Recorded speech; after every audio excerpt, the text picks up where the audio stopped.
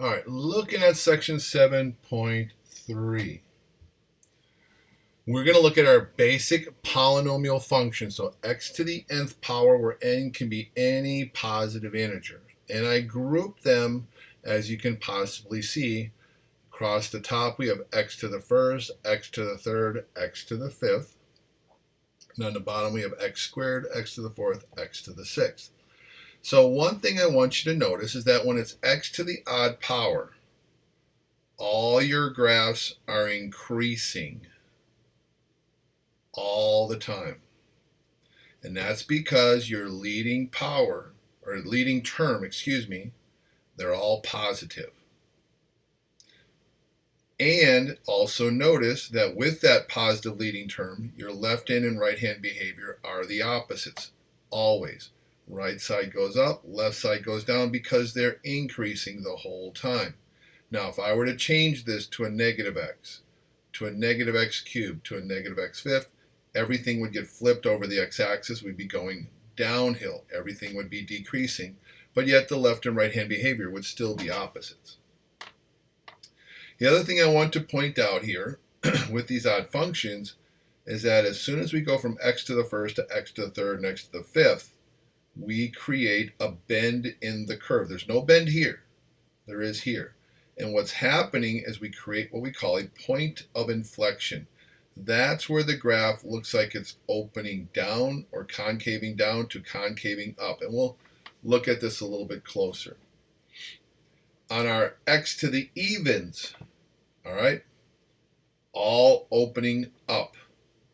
Left and right hand behaviors are the same. Except now here there will be a part that decreases to a part that's increasing in all of them. And the next thing I want to discuss here real quick before we get into my next topic here is I want you to look at every function and look at their right hand behavior. Going up, going up, going up, going up, going up, going up. Whether it's an odd power or an even power, the right hand behavior is going up to infinity as long as that leading term is a positive all the time. Now, of course, if they were all negative, everybody would have their right hand behavior going down. So that leading term tells you always what the right hand behavior sign is going to be. That's going to come important later.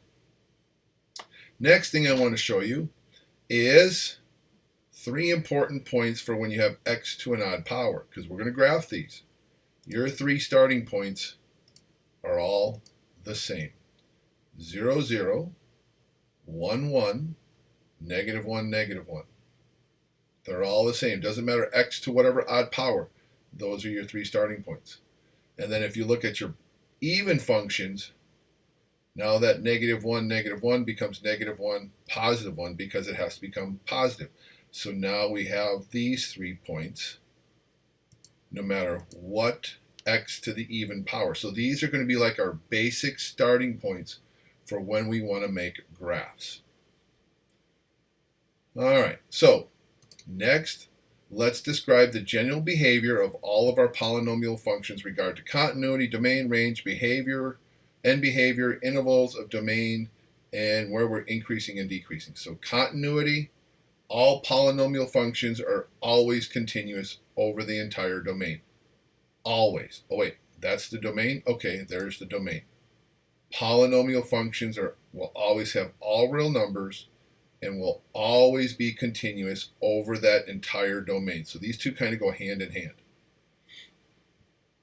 Now, when we talk about range, there's a difference. When we have our odd function, that's x to an odd power, the range was all real numbers because we went down on the left to negative infinity for y's and we went up to the right. So we cover the whole gamut of the real numbers. X to an even power, different story. That's at U shape. We bottomed out at 0.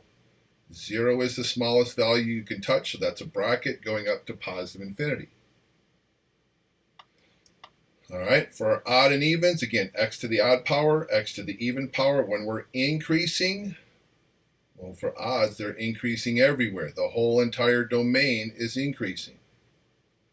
For the even function, it's just the right-hand side of the parabola. So 0 to infinity, open intervals, always for increase and decrease. Decrease does not exist.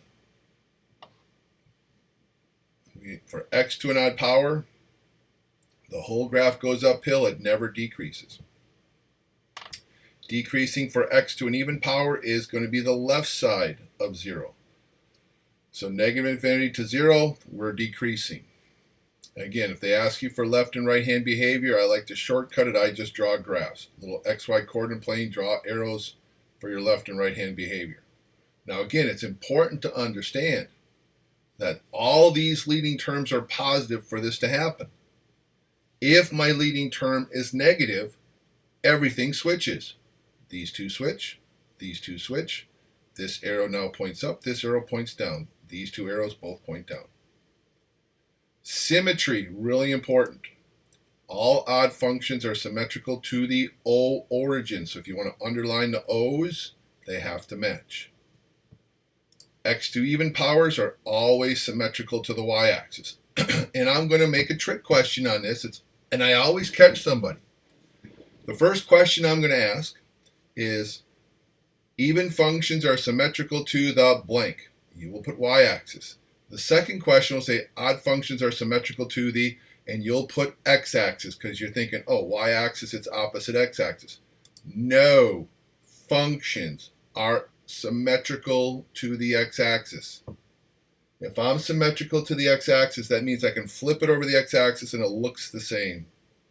And if that's the case, it is not the graph of a function. No f of x, no g of x or h of x will ever be symmetrical to the x-axis. So please don't put that in. Transformation rules. We're going to look at that parabola of the vertex form. This is what we're going to focus on. But now your n can be any power. So I'm going to kind of look at it as a parabola. It'll work for everything else as well. If my a being multiplied to x to the n, whether it's in front of the parentheses or just in front of the x, this is considered outside the function, just like the k, outside the function. Anything that happens after you take the x to the power of n, it will change your y's. Now, why do I say absolute value of a is greater than 1? Because we're just looking about vertical stretching and shrinking. So if that's a -2 or 2, it's going to be a vertical stretch. I either stretch it going up or I stretch it going down. And that's going to make your parabola look skinnier. If the absolute value of a is somewhere between 0 and 1, now you're making the graph shrink. So the graph is shrinking vertically and it's getting wider. Now, if we talk about the negative in front of the a, that's going to make it reflect or flip over the x-axis. Now, one thing I like to do is stop right here, and if you group these three together, that's great for their individual transformations as you describe them, but when it comes to graphing, the best technique is just take the a value and multiply it to every y-coordinate of the plotted points. Remember those 3 points we just found on all of those graphs earlier? Those are the y-coordinates we multiply the a to. And that will take care of both the flip over the x-axis and your stretch or shrink. Now, the plus k, it's outside and after the x to the n, so this will change y-coordinates as well. I will go x units up if your k units up if your k is greater than 0, and I'll go k units down if I have a k that's less than 0 or negative. Inside the parentheses, before we take it to the nth power, now you change the x coordinates. And what I like to do is say whatever in the binomial, set it equal to 0 and solve. That's what we've been doing when we factored and solved equations, so keep that in mind. So if I solve this for x, x would equal a positive h. So I will go to the right if I have a positive h. H is greater than 0. If I solve for x and I get a negative h, I'm going to the left. All right, so let's look at some graphs and do the translations of these possible formats of our equations. So here we have f of x equals negative x to the fifth plus 3. Here we have 1/2 x plus 3 to the fourth minus 2. So we're going to start this out by identifying what are going to be my transformations. The negative, it's a negative 1. That's going to flip over the x-axis. The plus 3 is after the x to the fifth, so that's going to shift up. So because it's x to the fifth, odd power, 3 points. Negative 1, 0, 0, 1, 1. There they are. So which transformation do I do first? PEMDAS, order of operations. Multiplication of a negative 1 comes before adding 3. So we're going to do the flip first. So this point flips up to the positive 1. So think of it this way too. That's a negative 1. Multiply it to the y coordinate of negative 1. It now becomes a positive 1. Negative 1, positive 1. My y coordinate is 0, so multiplying by negative 1 doesn't change it. Y coordinate is a 1. Multiply it by negative 1. Now I flip it over the x to 1 comma negative 1. Next we take those 3 open circles and we're going to shift them up 3 squares to there. That's my final destination. So when I do my transformations or changes, I use open circles like, okay, these are in transit. I'm not quite there yet, but I'm on my way. So here is my 3 points. Now I draw my x to the fifth. It's going to come down really sharp, go through this point, flatten out right here, and turn and go down. Now it's important to remember, don't go too far past these last points. If you happen to continue this and you accidentally crossed x equals 2 at negative 2, for example, or negative 3, I tell you what I'm going to do. I'm going to take the 2, I'm going to plug it in for x. 2 to the fifth is 32. Times a negative is negative 32. Add 3 to it's negative 29. And if you're crossing right here, I'm going to say that's not negative 29 for the y. So again, once you go past that last point, no more than 2, 3 squares. Keep it inside that column grid right there. And the same thing goes over here. I am increasing nowhere. Everything is downhill. DNE. Decreasing the entire domain. So again, like we said, if it's positive, those were switched around. Now that I multiply by negative in front, they're switched around. B. Okay, now we have something going on before the power of 4. This is done first. PEMDAS, you got to go inside the parentheses first. All right? There's no multiplication. There's an addition of 3. So again, think about x plus 3 equals 0. X equals negative 3. I'm going left 3. Now we go outside. Multiplication before subtraction. That's a vertical shrink. That's my second transformation. Down 2, that's my third. So because I have to the fourth power, there's my 3 points. Negative 1, 1, 0, 0, 1, 1. All right, first thing we do, shift them to the left 3.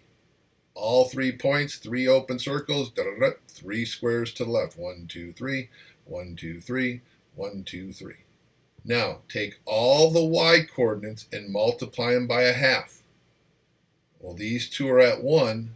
Multiplying by 1/2 is going to put it at now negative 4 1/2. On the x-axis, my y coordinate is 0. It's not going to change.